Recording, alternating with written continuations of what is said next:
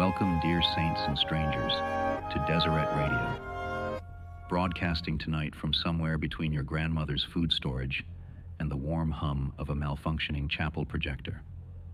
From the back closet of the ward library that doesn't technically exist on any blueprint. And from the deep echoing silence that always follows when someone in Relief Society says, "I actually have a thought." Tonight's temperature is precisely the same as the number of unexplained cats that keep showing up during ward choir practice. The forecast? A high probability of celestial misalignment and a light drizzle of unsolicited missionary stories. Earlier this afternoon, a mild meteorological anomaly swept across the valley when several stake centers simultaneously experienced a 5-minute indoor thunderstorm, complete with lightning, rain, and that one unmistakable smell of a recently microwaved corn dog. The storm ended as suddenly as it began, leaving behind only soggy hymn books, one perfectly dry copy of The Miracle of Forgiveness, and a single note written in permanent marker on the bishop's whiteboard. "We see your potlucks. We do not approve. Please try again." Meteorologists from somewhere have not been able to explain the storm, citing atmospheric repentance as the most likely cause. When asked if this was connected to the return of Brother Lindstrom and the Golden Boy, the weather just refused to answer. It stood there, quiet, unbothered, radiating spiritual authority. The clouds above Deseret are behaving strangely tonight. Not in formation exactly, more in mood. They appear disappointed, not angry, not sad, just disappointed, the way your young men's leader gets when you forget the name of any Nephite prophet outside the top 5. A brief note for those in Lehi, Payson, and several parts of Sandy. Yes, the sky has turned a soft olive oil hue. No, you are not hallucinating. And yes, it does taste faintly of nutmeg and regret. We begin tonight with an update on the librarian and the light. "The catalog is complete," Brother Lindstrom announced. "Please begin pre-sorting your thoughts alphabetically by emotion." Since emerging from the sealed library with the Golden Boy, yes, that Golden Boy, the glowing figure who may or may not be made of sunlight and doctrine and covenants cross-references, Brother Lindstrom has adopted a more administrative role in town. Together, they've been visiting ward buildings at odd hours, always unannounced, always polite. Witnesses describe the visits as quietly unsettling, like being hugged by someone who definitely knows your browser history. The Golden Boy never speaks.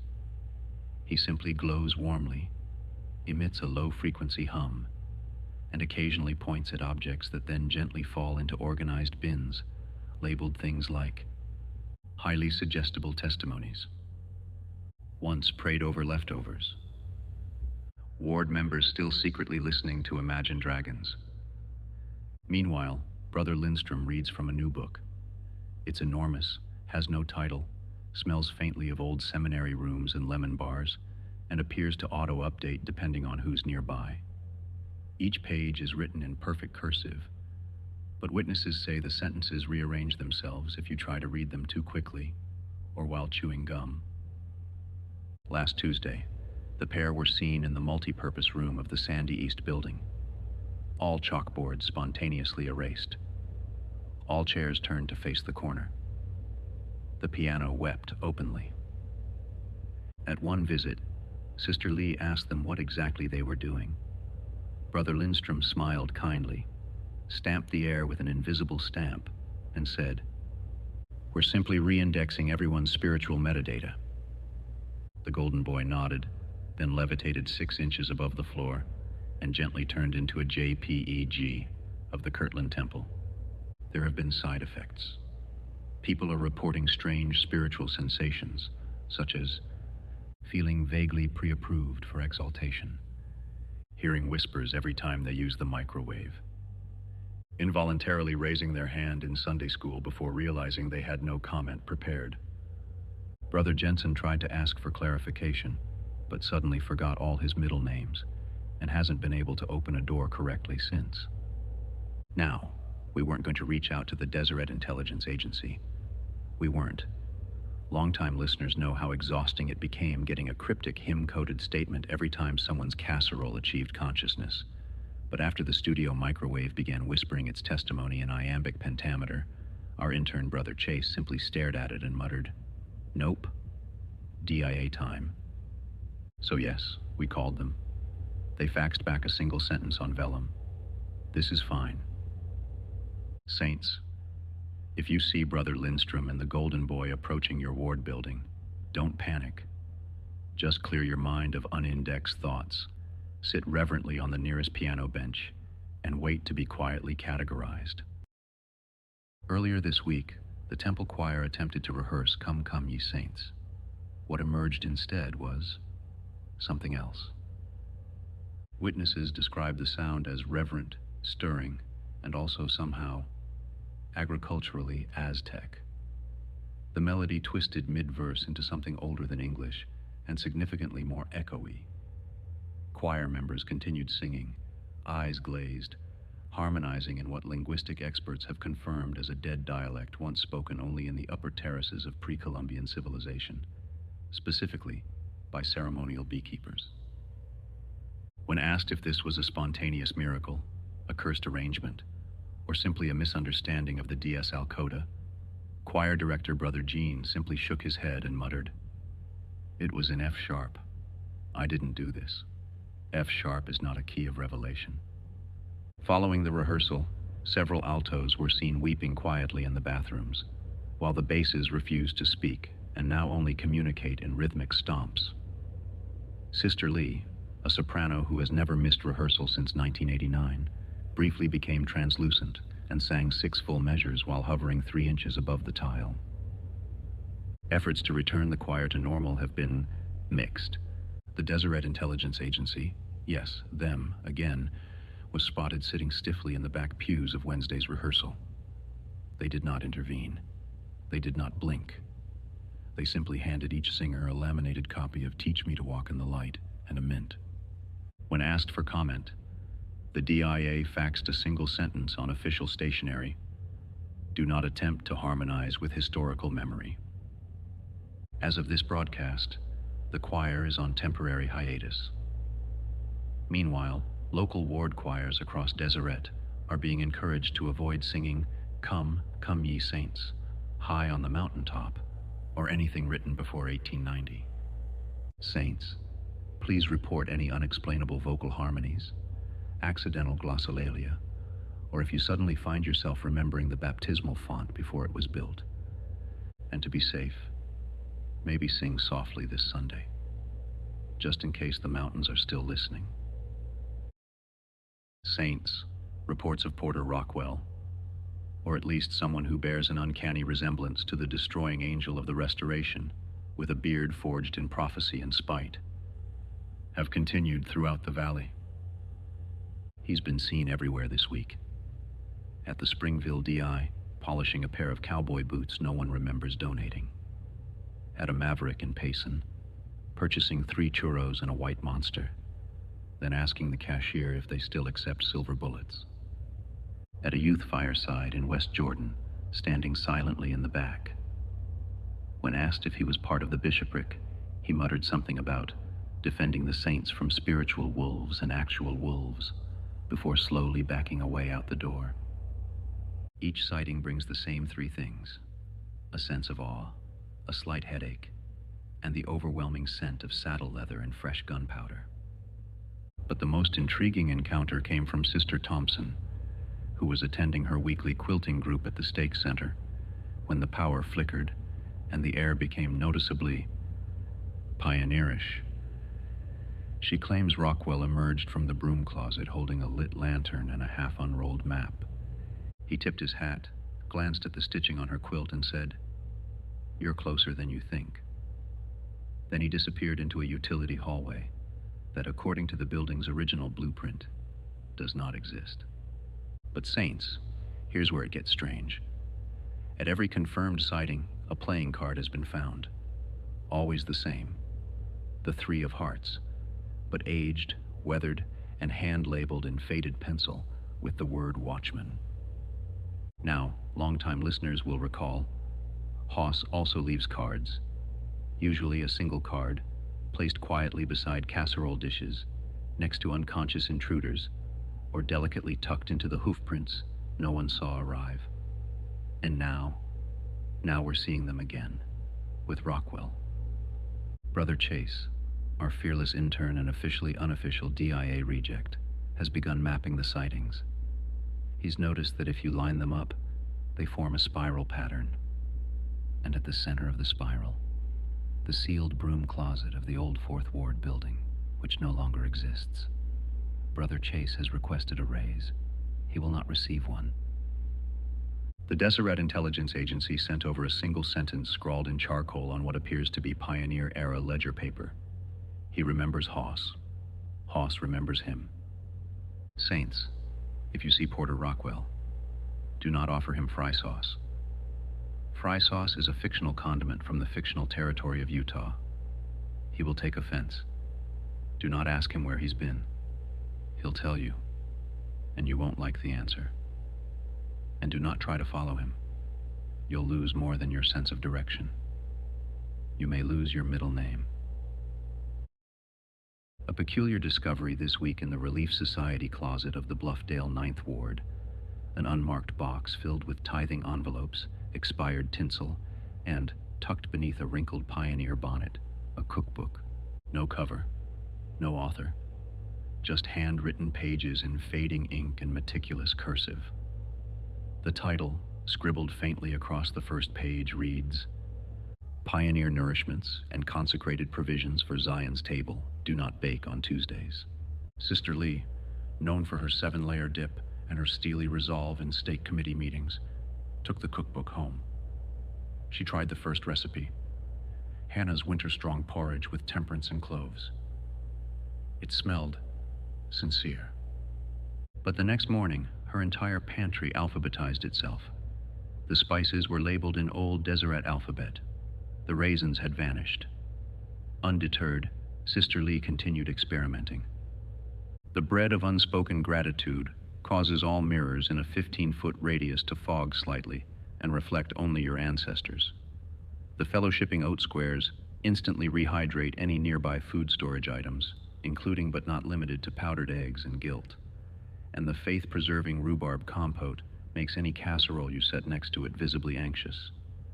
Most bizarrely, the chastity crumble, when served warm, makes all music within hearing range detune itself by a half step.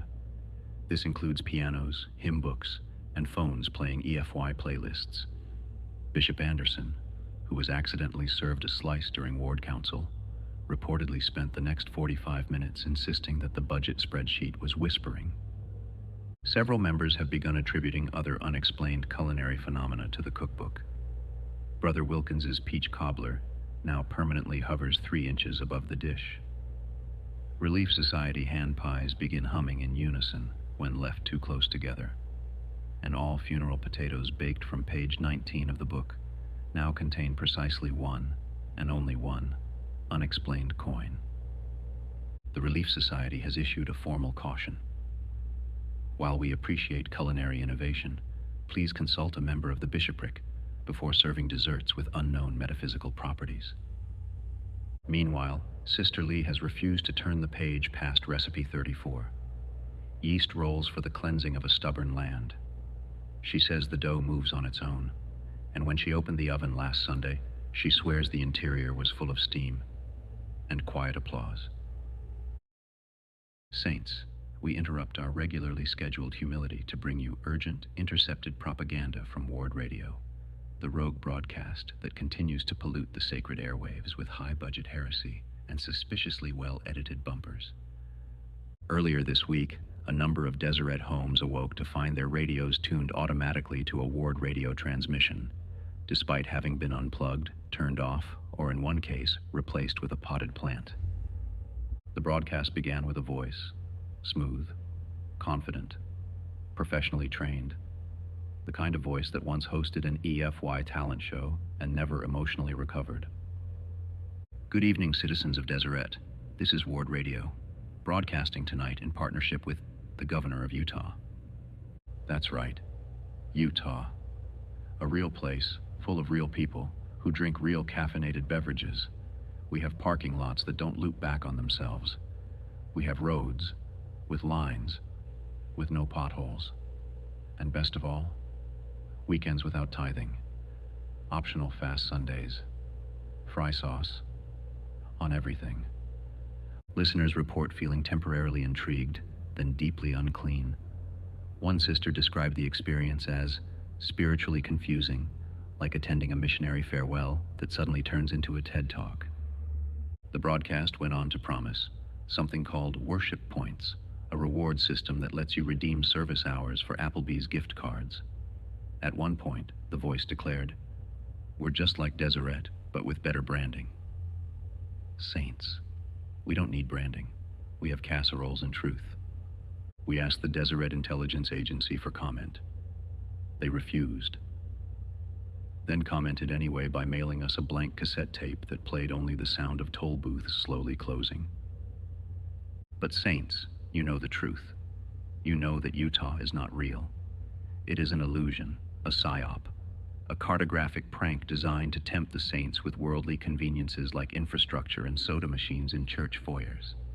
Deseret is real. Deseret endures. And Ward Radio? Ward Radio has a theme song. We have truth. And a vaguely haunted broadcast closet. So if your radio begins to shimmer, if it hums a little too confidently, if it promises you Wi-Fi at girls' camp, turn it off. Leave the house. Go find your bishop. Hug a deacon.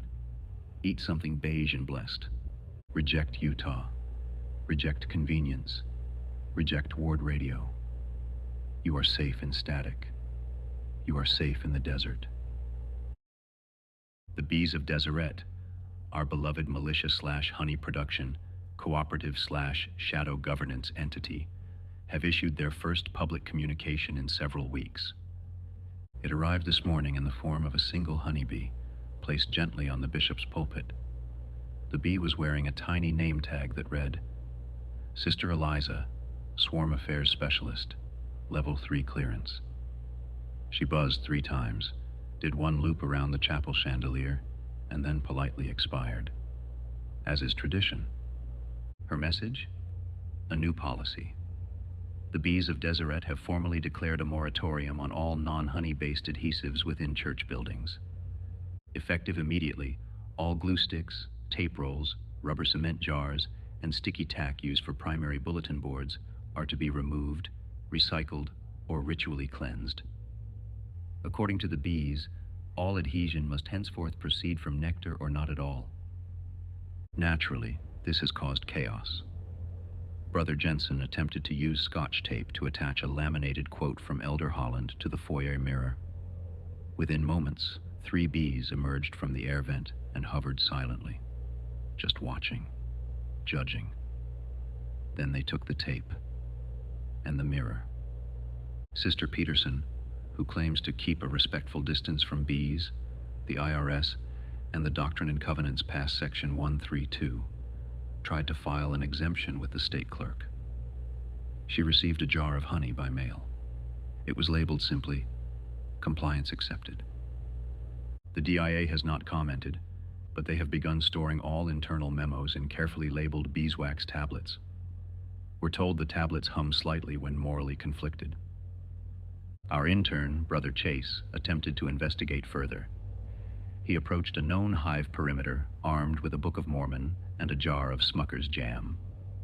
He was politely escorted home by 3 drones and a single very disappointed queen. He is now required to undergo weekly counseling. So, saints, a few reminders under the new bee directive. All adhesives used on church property must now be bee approved. All refreshments containing non-local honey must be clearly labeled and stored in a separate Relief Society fridge. Any audible muttering of "just use tape" will result in a swarm-level warning and the temporary loss of bookmark privileges. The bees are watching. The bees are working. The bees have a plan. And saints, they've asked us, gently, respectfully, and with mild prophetic pressure, to let the honey do its thing. Saints, we regret to inform you that the lost and found bin in the south foyer of the Stake Center has begun generating. This is not a metaphor. The bin, which previously contained a modest collection of mismatched gloves, outdated temple recommend holders, and 2 copies of the Miracle of Forgiveness that no one remembers donating, has begun producing new items. Items no one has lost. Items no one remembers owning. And yet, items that feel uncomfortably personal. So far, the bin has produced a gently humming CTR ring, size unknown, that glows faintly when lied to, a Pioneer-era bonnet stitched entirely from old sacrament meeting programs, a Ziploc bag of glitter labeled Young Women's Mutual Activity, May 1997, the one that got out of hand. Last Thursday, the bin produced a sweater. Software, modest, perfectly folded. The tag simply read, "To replace the one you gave away and regret more than you admit." Brother Thompson reached in to retrieve his allegedly missing keys and instead pulled out a signed photo of President Hinckley, winking. When he flipped it over, the back read, "You're doing your best. Try snacks." Another ward member, attempting to drop off a forgotten scarf, reports the bin whispered, "You've returned more than you know." The primary presidency has expressed concern. One child reportedly pulled from the bin a small vial labeled Emergency Reverence. Upon opening it, the entire primary room fell silent for 34 minutes. No one spoke. No one moved. The fish crackers arranged themselves into a triangle. The Relief Society attempted to organize the bin's contents, but every attempt at cataloging resulted in new items appearing, each one slightly warmer, slightly wiser, and faintly scented like a recently prayed-over tater-tot casserole. The bishopric has now cordoned off the lost and found with yellow ribbon reading, "Handle with faith." The Deseret Intelligence Agency has not commented, but did drop off an empty clipboard labeled, "Unrecovered Belongings of the Spirit." Brother Chase entered the bin briefly this morning. We have not seen him since, but the foyer now smells faintly of orange slices and misplaced potential, so completely normal. So, saints, if you've lost something recently, your name tag, your sense of spiritual momentum, your favorite pen from BYU Education Week, you may find it in the bin.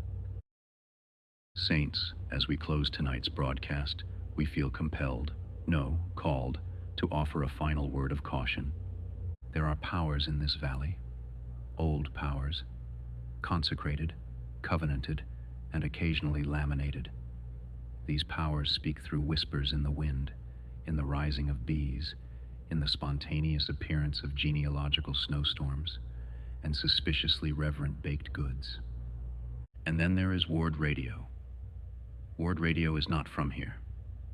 Ward Radio does not understand sacrifice.